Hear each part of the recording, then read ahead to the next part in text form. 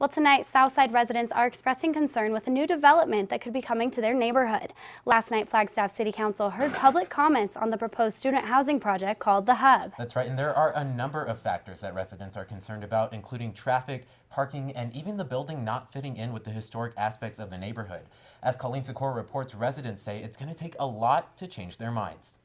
Hard to think about it coming into my neighborhood. Dawn Tucker is a resident of the Southside neighborhood. She grew up here.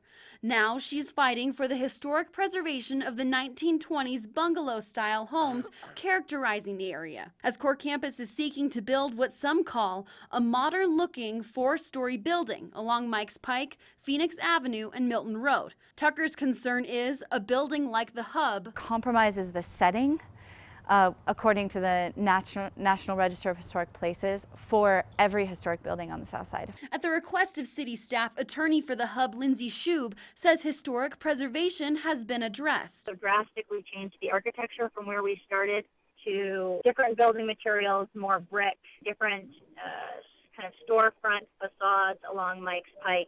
But that's not the only problem Southside residents have. It comes from the over 650 students that will live at the Hub. Many of them have lived next to students for 20, 30, 40 years.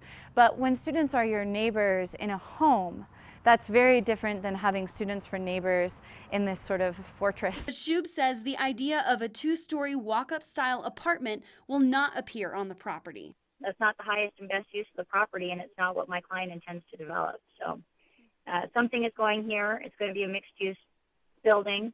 Tucker simply asks the Hub To think about the ways that they can preserve the history of Flagstaff for the generations that are to follow. Colleen Sikora, NAZ Today.